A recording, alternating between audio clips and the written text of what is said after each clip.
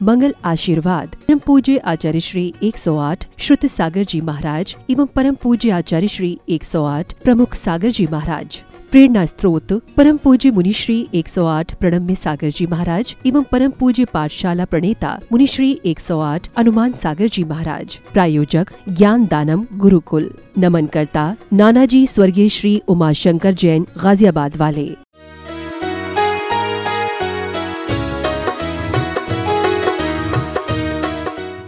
उनकी तुलना संसार में जो सर्वश्रेष्ठ प्राणी हैं या उद्गल है, जैसे कि अष्टमी का चंद्रमा कितना सौंदर्य देता है, ऐसा ही ललाट यानी कि माथा इस रुक्मणी का है। नेत्र मृगी यानी हिरणी के समान है। भौहें जो हैं नेत्र के ऊपर वो कामदेव के धनुष के समान है। धनुष है ना, ये हर चीज को कंपैरिजन उसके हिसाब से किया जाएगा। कामदेव का धनुष बहुत, जैसे कामदेव जो इच्छा उत्पन्न कराते हैं, काम की इच्छा उत्पन्न कराते हैं, आकर्षण पैदा करते हैं, तो उनका मान लीजिए धनुष है। तो ऐसे इसकी भौहें हैं, स्वर कोयल की वाणी की तरह है। तो ऐसे वो सोच रहे हैं। इसकी गंभीर नाभि वापिका सी दीख पड़ती है। नाभि जो है ये भी उनकी पेंटिंग में थी, तो नाभि एक वापिका के समान है। इसकी जंघाएं मानो कदली स्तंभ जैसी हैं। जंघा भी बनाई हुई है पेंटिंग में, कदली स्तंभ की तरह हैं। इसके कमल सदृश चरण हैं, चरण भी बने हैं, कमल के समान हैं। स्वर्ण सी कांति है, सूर्य सा तेज है, समुद्र सम गंभीरता अपूर्व है। तो जैसी वो है उसकी पेंटिंग भी अनुपम है। पेंटिंग भी तो बनाने वाले को बहुत ही याद किया जाता है। एक मोनालिसा की नाम की पेंटिंग बनाई है ना, आज तक जगत में फेमस है। इतने सैकड़ों साल बीत गए है ना। किसने बनाई भैया जी? है ना, बहुत ही अभी भी सबसे बड़े उनको पेंटर माना जाता है, लियोनार्डो दा विंसी ने। भैया जी सही कह रहे हैं, मोनालिसा की पेंटिंग बनाई। अभी वर्तमान समय की अपेक्षा से कितने प्रसिद्ध हो गए। तो पेंटिंग ही कई बार इतनी सुंदर बन जाती है कि उसी पे लोगों का आकर्षण हो जाता है। तो ऐसे ही नारद मुनि ने पेंटिंग बनाई, तो आप मान लीजिए कितने बड़े पेंटर रहे होंगे, है ना। एम.एफ. हुसैन और लियोनार्डो दा विंसी को भी फेल कर रहे होंगे, है ना। हमारे एक आचार्य महाराज, आचार्य श्रुत सागर महाराज दिल्ली में, आचार्य विद्यानंद मुनि जी के शिष्य, आप लोगों में से किसी ने उनके दर्शन किए होंगे। कितनी सुंदर पेंटिंग बनाते हैं। धर्म का ज्ञान तो है ही, हमने उनके पास रहकर अध्ययन किया है। रत्नों से पेंटिंग बनाते हैं, रत्नों को घिस घिस करके रंग बनाते हैं और उनसे भक्तांबर के 48 काव्यों की इतनी अनुपम सौंदर्यवान क्या पेंटिंग बनाई है। आप लोगों को देखनी चाहिए। यहाँ पे लाइब्रेरी में उनकी कॉपी है उसकी पेंटिंग की, वो रखी हुई है।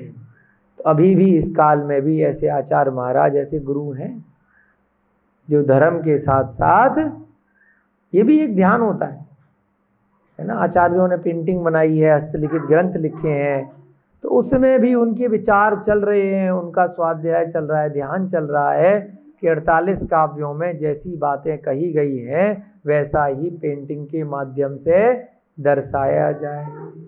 बहुत सारे ऐसे हस्तलिखित ग्रंथ मिलते हैं, जैसे कि ये मान लीजिए प्रद्युम्न कुमार में आप सुन रहे हैं, तो जो अध्याय हुआ, जो बात कही गई, वैसी ही चित्र कथा के माध्यम से साथ साथ चित्रों में प्रदर्शित की गई। फिर अगले काल में उन चित्रों के माध्यम से दीवारों पे बनाया गया, पेंटिंग भी बनाई गई, उसको खोद खोद करके मूर्तियों के माध्यम से बनाया गया। प्राचीन काल में बहुत सारे ऐसे मंदिर हैं। श्रवणबेलगोला में चंद्रगिरी पहाड़ पर चंद्रगुप्त मौर्य के भद्रबाहु के आगमन की कहानी लिखित भाषा में न होकर चित्रों के माध्यम से, मूर्तियों के माध्यम से है।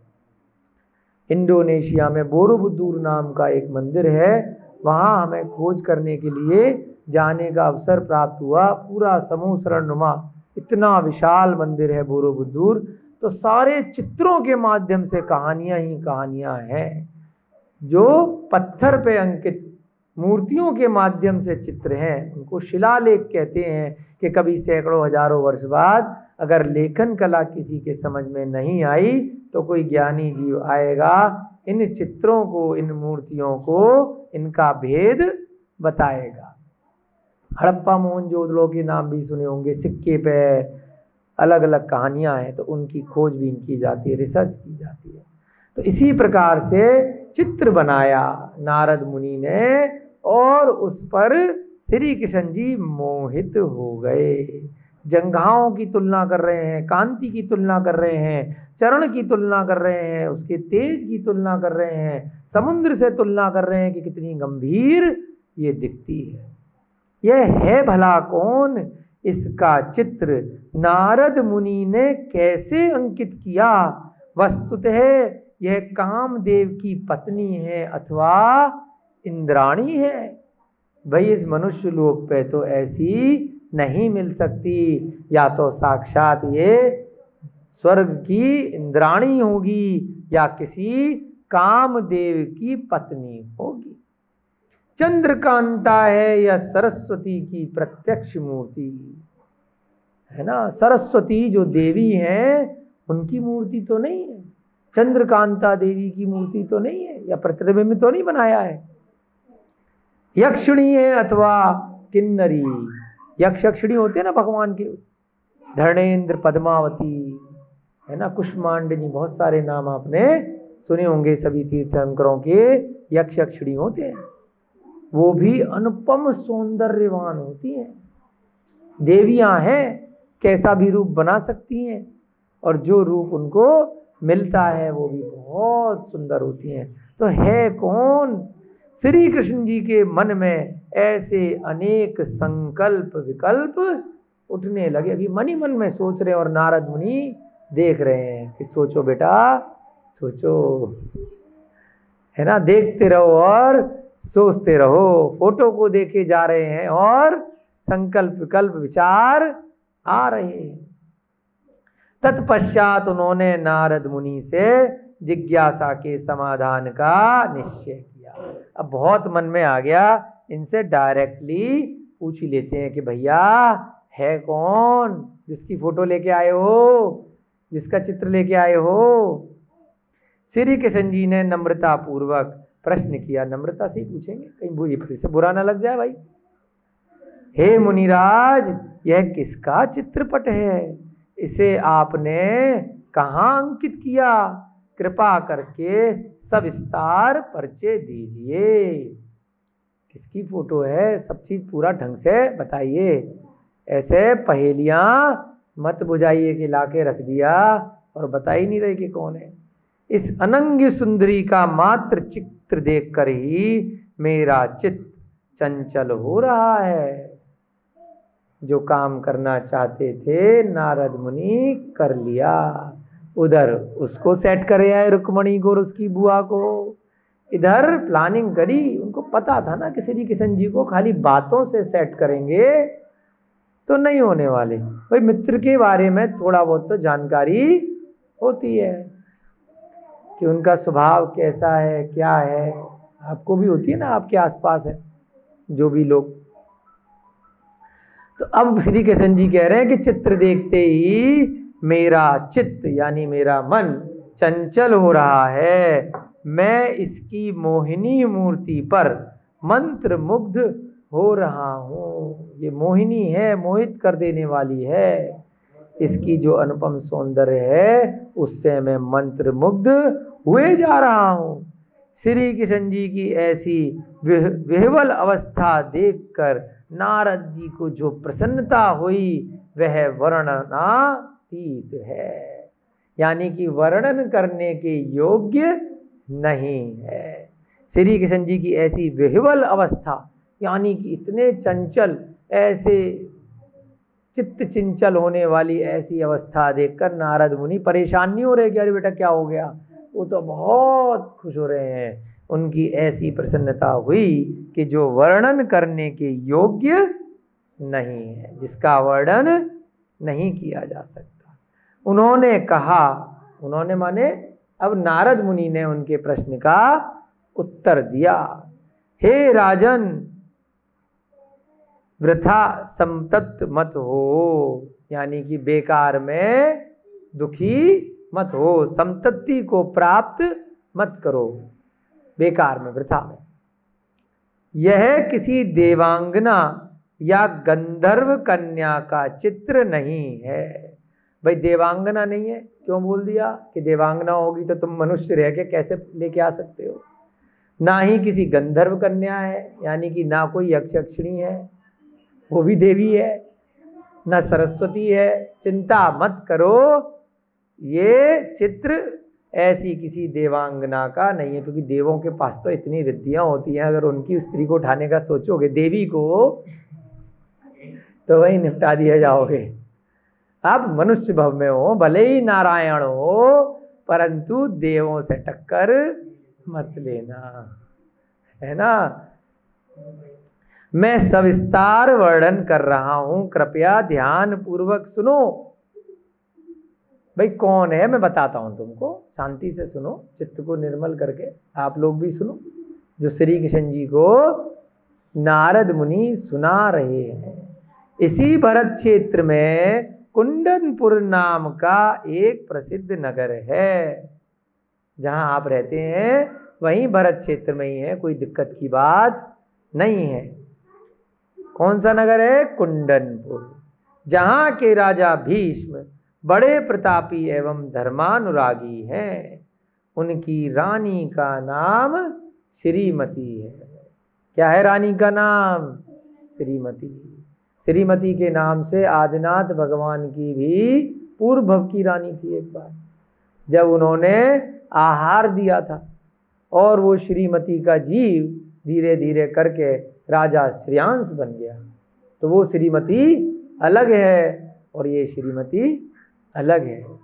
वो भी एक अलग कथानक है, आदि पुराण की कभी चर्चा डिटेल में होगी तो उसको भी वर्णन करेंगे। अक्षय तृतीया पे आपको बताया था, है ना, राजा श्रेयांश ने जब आहार दिया था तो उसी श्रीमती का वो जीव था। तो ऐसे ही एक नाम के कई लोग हो सकते हैं, है ना, राम नाम के यहाँ पर भी लोग हो सकते हैं, महावीर नाम के लोग हो सकते हैं। तो नाम रखने से जरूरी नहीं है गुण आ जाए, लेकिन कभी भी माता पिता चाहते हैं कि मेरे पुत्र में वैसे अच्छे गुण आ जाए। अभी तो फैशन है कि लोग आतंकवादियों के नाम पे पुत्रों के नाम रख लेते हैं, है ना, कई हीरो हीरोइन रख लेते हैं ऐसे नाम, जो दुष्ट आताताई लोग होते हैं जिन्होंने संसार का विनाश किया है, ऐसी कथानक हैं, फिर भी उनको वो लोग अच्छे लगते हैं। ऐसा नहीं करना चाहिए। हमें अपने बच्चों का, परिवार का नाम महापुरुषों के नाम पे, अच्छे पुरुषों के नाम पे रखना चाहिए। कहीं यथार्थ में अगर गुण ना भी आए तो कम से कम नाम से ही क्या पता आ जाए। और प्रतिदिन अगर उनका नाम कभी भी बुलाने के लिए लेना पड़ेगा तो बार बार राम बोलेंगे, नेमी बोलेंगे, हनुमान बोलेंगे, तो आपके मुख में तो नाम आ जाएगा, है ना। आदिनाथ बोलेंगे, अजितनाथ बोलेंगे, कोई भी नाम तीर्थंकरों के नाम पे रख सकते हैं, कोई भी बाधा नहीं है। 1008 नाम भगवान ने आदि पुराण में भगवान के सहस्त्र नाम में आए, वो नाम रख लीजिए। बहुत सारे ये शुभ नाम है, जम्मू द्वीप इत्यादि, इतने सारे द्वीप समुद्र हैं। भगवान ने ये भी कहा अपनी जनवाणी में कि ये सब शुभ नाम है ना। तत्वार्थ में भी आया ना कि शुभ नाम वाले ये सभी द्वीप समुद्र हैं। ढाई द्वीप में पृथ्वी तल पर ऐसा कोई नारी रत्न है ही नहीं। इस पृथ्वी तल पर कोई भी नारी रत्न ऐसा है ही नहीं जो रुक्मणी के अंगुष्ठ तक की सौंदर्य में समता कर सके।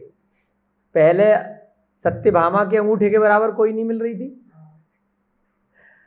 अब कह रहे हैं रुक्मणी के अंगूठे के बराबर कोई भी इस संसार में नहीं है। राजा श्री कृष्ण यह नव यौवना सर्वगुण संपन्न है। इसके जन्म से तो स्वयं सृष्टि की रचना प्रतिमा धन्य हो गई है। कि सृष्टि की रचना करना ही धन्य हो गया इसका जन्म लेते ही।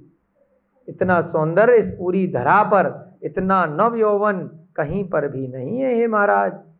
इसके पूर्व उसकी नारी रचना कभी इतनी संपूर्ण नहीं हुई थी। अगर ये मान लिया जाए कि सृष्टि की रचना किसी ने करी है, तो नारी की रचना इसकी रचना से पूर्व जितनी भी करी होंगी, चाहे ब्रह्मा ने मान लो या किसी ने भी मान लो, तो वो नारी रचना पूरी नहीं हुई थी।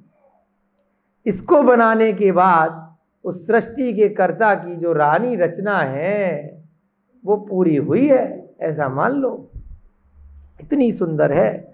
किंतु जब तक यह राजकन्या विवाहित होकर आपके महल में ना आ जाए, अभी वहीं रह रही है कुंदनपुर में, जब तक इस महल में ना आ जाए तब तक आप यह रहस्य किसी प्रकार प्रकट ना करें।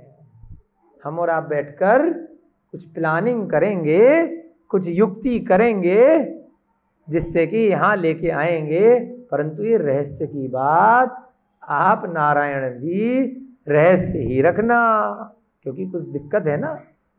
शिशुपाल की जो दिक्कत आएगी भाई दे रखी है ना, तो इसलिए थोड़ा सेटिंग करेंगे। अभी रहस्य रखना जब तक यहाँ आ नहीं जाए, जब तक ये राजकन्या शादी कर कर, विवाह उठा के नहीं लाएंगे, विवाहित कर कर यहाँ नहीं आ जाए, तब तक रहस्य की बात रहस्य ही रखना। आपका नारायण रूप में अवतार भी तभी सार्थक होगा जब रुक्मणी आपकी पत्नी बनेंगी। जैसे उस सृष्टि के रचनाकार का रुक्मणी को बनाकर उसका नारी बनाना सफल हो गया, आपका नारायण बनना भी तभी सफल होगा जब वो आपकी पत्नी बनेगी। ये सारी प्लानिंग क्यों कर रहे हैं? क्योंकि सत्यभामा को मजा चिखाना है, इसके अलावा उनका कोई प्रयोजन नहीं है। बस पटा रहे हैं उनको, है ना। उनके मन में ऐसे विचार लेके आ रहे हैं, जैसे बीच का बिचौलिया होता है, दोनों पक्षों में जाकर के ऐसी ऐसी तारीफ कर देता है कि उसके बाद फिर तो लड़का परेशान हो जाता है, उधर लड़की परेशान हो जाती है। कई बार दोस्त मिल जाते हैं कॉलेज में आजकल, कई बार है ना, लड़कियों की लड़कियां फ्रेंड होती हैं, तो कोई बिचौलिया बीच में बना दिया जाता है कि जो उसकी तारीफ करे और जो उधर जा कर के उसकी तारीफ करे। तो ऐसे ही क्या कर रहे थे, नारद मुनि कर रहे थे कि आपका नारायण का जन्म भी तभी सफल होगा जब जो है रुक्मणी आपकी पत्नी बनेगी, और फिर सत्यभामा कैसे रिएक्ट करेगी। इसी प्रकार से आप लोग स्वाध्याय आगे करते रहें, ऐसी मंगल भावना है।